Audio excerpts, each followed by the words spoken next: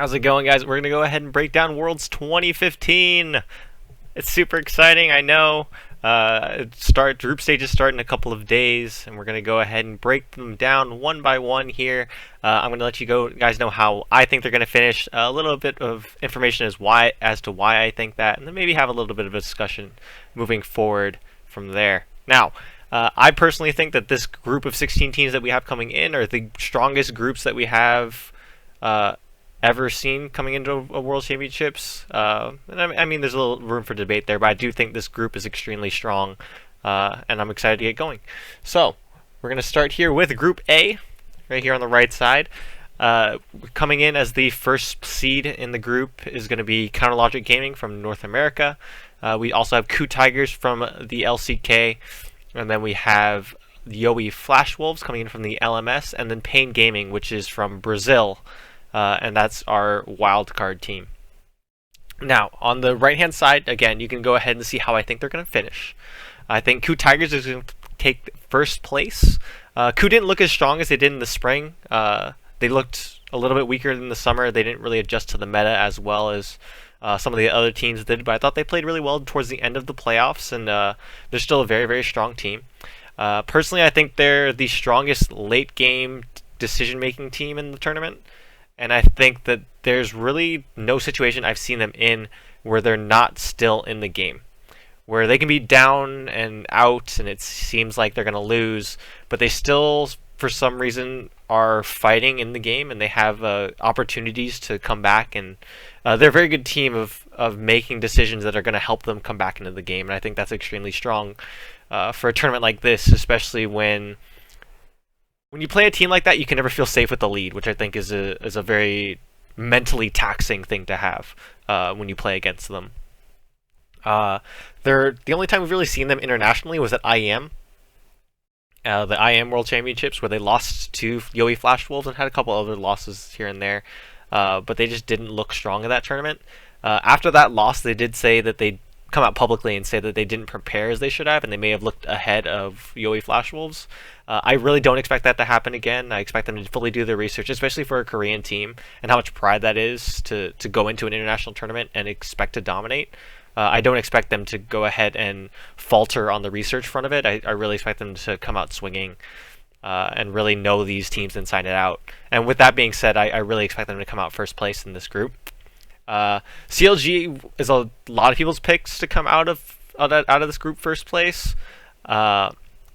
I'm not sure how much time they've had to practice with the Smithy, since for a long time we thought that who was going to go ahead and have to play jungle from the mid lane, or convert from a mid laner to a jungler and cover for Smithy. And I know they've been practicing a ton with him, but I'm not entirely sure how much practice they have with Smithy now that they have.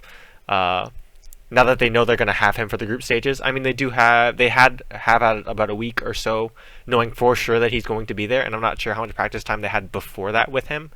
And of course, they had that entire season. They looked very, very strong, but I'm not entirely sure, again, what they've been working on, how they've been working through it, and what they have prepared coming into Worlds, and how much Smithy's been a part of that preparation process.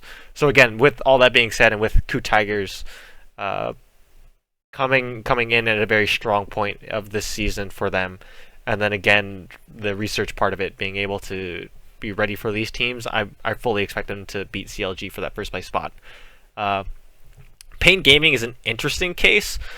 I think they're definitely the strongest Brazilian team that we've seen in a while, and I think that Brazil's actually a surprisingly strong region, especially on the top 2 or 3 teams. They're very, very strong. I think internationally viable in a sense. I think they're the best wildcard team to come into Worlds. I think they can actually steal a game or two from Coup Tigers or CLG.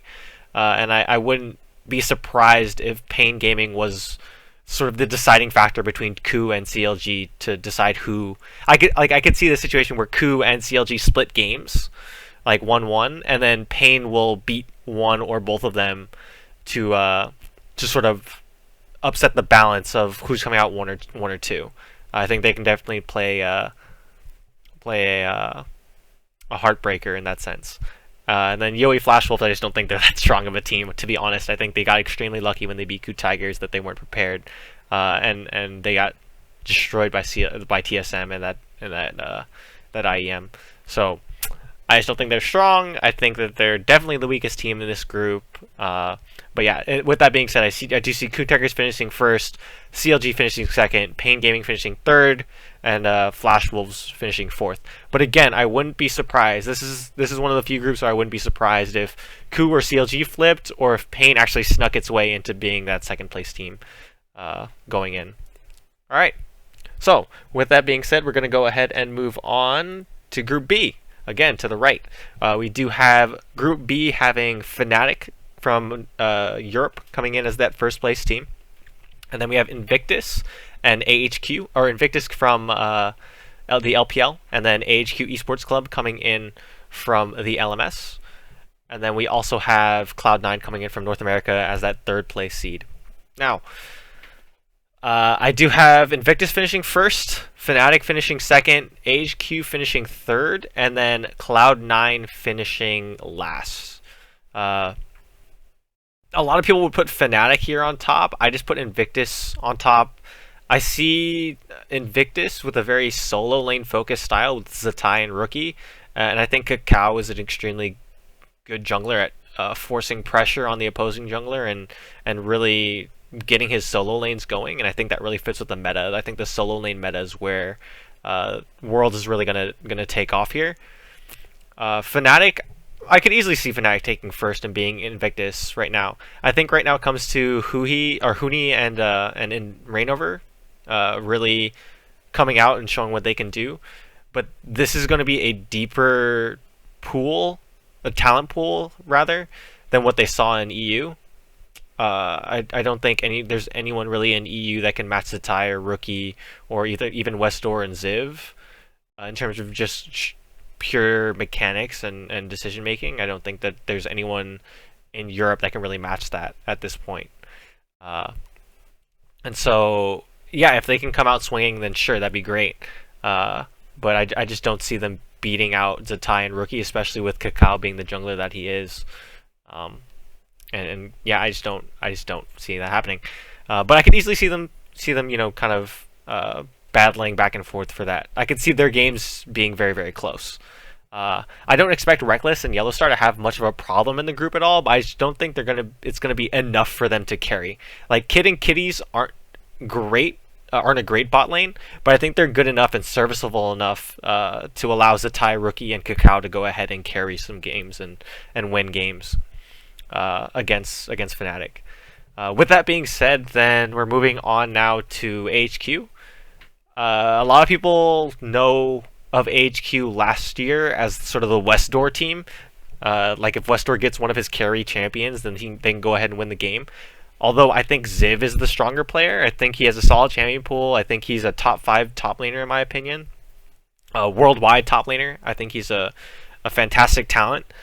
I just think Westdoor's a talented player, but I think his champion pool is too small to go ahead and have too much of an impact. I could easily see him getting banned out, but that does allow Ziv to go ahead and carry. And I do see that Westdoor does have champions that he plays that are really popular and strong in the meta. I think that teleport mid laners and just teleport in general as a summoner spell is going to be really important. And so Kassadin and TF are great with that. I just don't see him getting his hands on them, especially now that we know it's so easy to go ahead and counter Westdoor by just kind of banning out Kassadin, TF, and Zed. But I mean, who knows? Who knows what's going to happen? Maybe they'll throw some bans at Ziv, but I just don't. I see AHQ being able to win some games or be in games with Invictus and Fnatic. I just don't see them winning them that often or being that secure with them as a strong team. And then Cloud9, I see them coming up as the bottom. I don't think they're going to win a game. I don't see them beating any of these 3 teams. I just think they're sort of not lucky to get in. They did play extremely well in the promotion tournament, but they haven't shown up really all season. And I just don't have any real faith in High as a jungler. It's one thing to do it in North America where the jungle talent pool is a little lower. Probably the best jungler he faced in NA was maybe Rush. I will dominate, and really it's kind of a stretch to think about it at that point, Santorin. But I mean, I don't really think Santorin is strong on an international sense of things, and so I would see High really struggling against these junglers in this group. So I don't see that really happening or coming to fruition. So again, I have Invictus finishing first, Fnatic finishing second, AHQ finishing third, and then Cloud9 finishing fourth. Now here's where things get interesting. All right, here's where things get really interesting. We have Group C here. Group C has the first place team coming out of the LCK. We have SK Telecom T1K, or T1, not K anymore. Then we have EDG, or Edward Gaming, coming out from LPL. We also have H2K coming out from Europe, and then Bangkok Titans, which was the other wildcard team. This whole breakdown really comes to me, or in my mind, this breaks down to who goes out first from the group, SKT or EDG. I don't see H2K or Bangkok Titans being able to win a game versus either one of them. And really, the matchup that everyone goes back to when it talks about these two teams is their matchup at MSI. A lot of people will tell you, yes, they played Easy Hoon the first couple of games at MSI, and if they had played Faker the entire time, that they would have beaten EDG. I don't think that's the case. I think EDG was an extremely strong team, and still is an extremely strong team, but they were really hot coming into MSI. Depth was playing out of his mind. Pawn was playing crazy. There's just an extremely, extremely strong team. Now, looking towards Worlds, I think SKT is playing better than they did in MSI. I think the meta fits them better here and now than it did before. As much as I think SKT or putting in Faker the entire time wouldn't have made a difference against EDG at MSI, I think that by putting Easy Hoon in there for some of the games showed that SKT didn't really take EDG as seriously as they maybe should have, or maybe they were sort of testing the waters a little more than they should have. So in that sense, maybe they were taking it a little bit easy, but I don't think that would have made a big difference. But I think SKT is going to come in with the mindset of, yes, they're going to beat EDG. I think Bangy's playing a lot at a lot higher of a level now. I think Bang and Wolf, while Wolf hasn't fixed all of his issues, I think they're playing more solid than they did then, or now than they did then. Wolf doesn't get caught out nearly as much as he did then, back then during the spring. Although he still does get caught out and lose them a little bit of a lead, they doesn't automatically lose them in the game anymore. And of course, Faker and Marin are still playing extremely, extremely strong. I think EDG showed some weakness towards the end of the playoffs, especially against the series of EDG or against LGD. I think Deft was playing out his mind in the spring, and I think he played very, very well in the summer, dropped off a little bit, and then came back on towards the end of their promotional stuff, or for the qualifiers for Worlds. I think he stepped back, he stepped his game back up, but I would be rather surprised if someone said that he's still playing as strong as he was at MSI. And I think, I think Pawn is certainly not playing nearly as well as he did at MSI right now. Although the Pawn Faker matchup is an interesting one. As much as everyone will say Faker is a better player than Pawn just seems to be the only player that's not going to stop Faker, but he's going to slow him down, or at least keep him sort of contained a lot more than other players in the world will. And so I think that kind of negates that matchup. But I think Clearlove isn't playing nearly as well as he did in the spring. I think he's extremely strong still, again, but I think him and Bangy are now playing a little more at equal levels than they were, at least at MSI, where I think Clearlove was clearly a step above. But yeah, I think all those factors break down into, I think I see SKT coming out on top with EDG coming out second. And of course, those could easily flip-flop. I think this is probably the closest matchup of anything in these group stages, and I think those are at least my two favorite teams to come into Worlds and to win the entire thing. I'd be very surprised if if anyone had this as an easy matchup to break down. And then I have H2K coming in third, and then Bangkok Titans. I just don't see Bangkok Titans being a very strong team. Again, I don't have either one of those teams beating SKT or EDG, but I think H2K has a clear advantage over Bangkok Titans. At least from what I've seen of Bangkok Titans. I haven't seen a lot though, to be honest, but I've seen enough to be pretty sure that H2K is going to beat Bangkok Titans. But again, H2K isn't a weak team. I just don't think that they're at the world level talent that SKT and EDG are. So let's go ahead and break down Group D here. Again, on the right-hand side, we have LGG coming in as the first place seed coming in from the LPL. We have KT Rolster coming in from the LCK. We have TSM coming in from North America, and then we have Origin coming in from, or Ordihen coming in from Europe. Now, I don't think anyone, it's a big surprise. I think everyone has LGG or LGD coming in at first place. They're extremely hot right now. Imp is playing out his mind. Godvy's very solid, and he's really leading the team. I think his gameplay style fits all of these players so well. And then Acorn and Flame, that sort of, you can flip-flop top laners there. It's going to give some teams trouble. I think I think top lane is the most important role coming into Worlds with how strong the Juggernauts are right now. How you have Gangplank, you have Fiora on top of that. I think there's so many carry style top laners, top lane champions rather, that are coming in, and I think that's the most stacked position at Worlds. And so being able to flip flop that style with Acorn being more team focused, while Flames that solo lane carry that you want. I think that flexibility is going to give LGD a huge advantage, on top of having Imp and Godvy playing just absolutely amazing League of Legends as they are. With that being said, second place I have KT Rolster. They have Someday, who's the best top laner in the world. I don't think that's the best carry top laner in the world. I don't think that's any kind of argument there. His champion pool is so deep. He's the faker of top lane. I don't think that's Marin. I think that's Someday. He can just do anything he really wants to do. Peekaboo, when they picked Peekaboo up from SKT, completely changed that team dynamic. Arrow's playing a lot more steady and stable with Peekaboo, and I think Peekaboo's able to make more plays than I think he's creating more plays than was happening before. And I think Score and Nagne can be enough to get past Origin, Ordihen, and TSM. And so yeah, I think that's really sort of what's going to be the factor here of, can this team support Someday? And I think the answer is yes. Ordihen, in my mind, plays the same game as TSM. They're just a little better at it.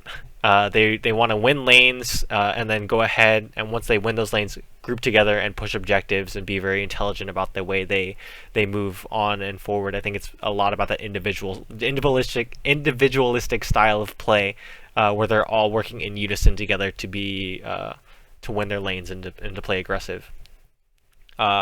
I think on a individual talent edge, TSM maybe has the edge. I think TSM players have the potential to be a lot stronger, but they're all very consistent or inconsistent. You know, Dyrus, you have Wild Turtle, Lustboy, Santorin. I think everyone other than Bjergsen really has inconsistency in their play, and I think Ordihen really has better decision making in the late game and sort of just in the mid or late game objective based focused decision making. I think they're just better at it.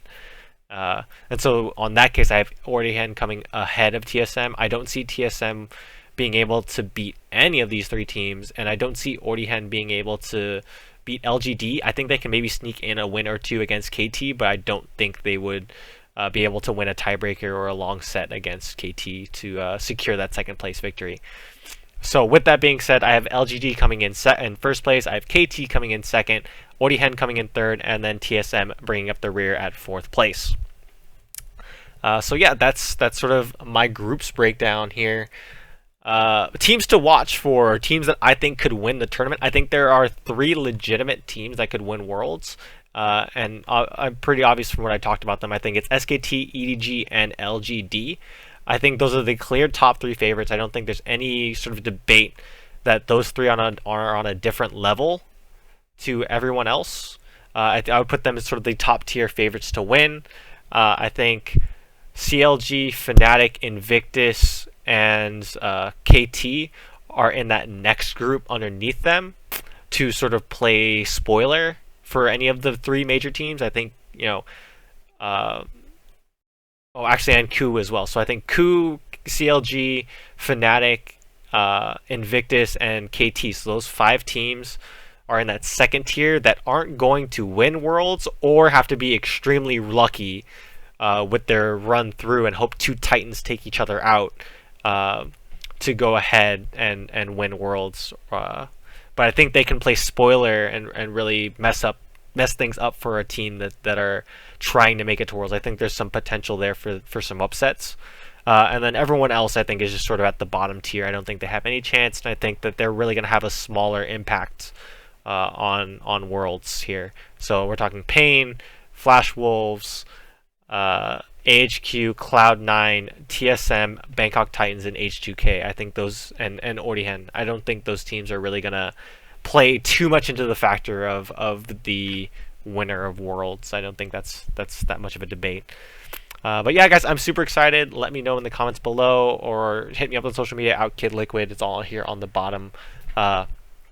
And let me know what you guys think of my predictions, or what you guys are predicting, and we can have a little bit of debate. So thank you for watching, and have a very good day, and enjoy Worlds.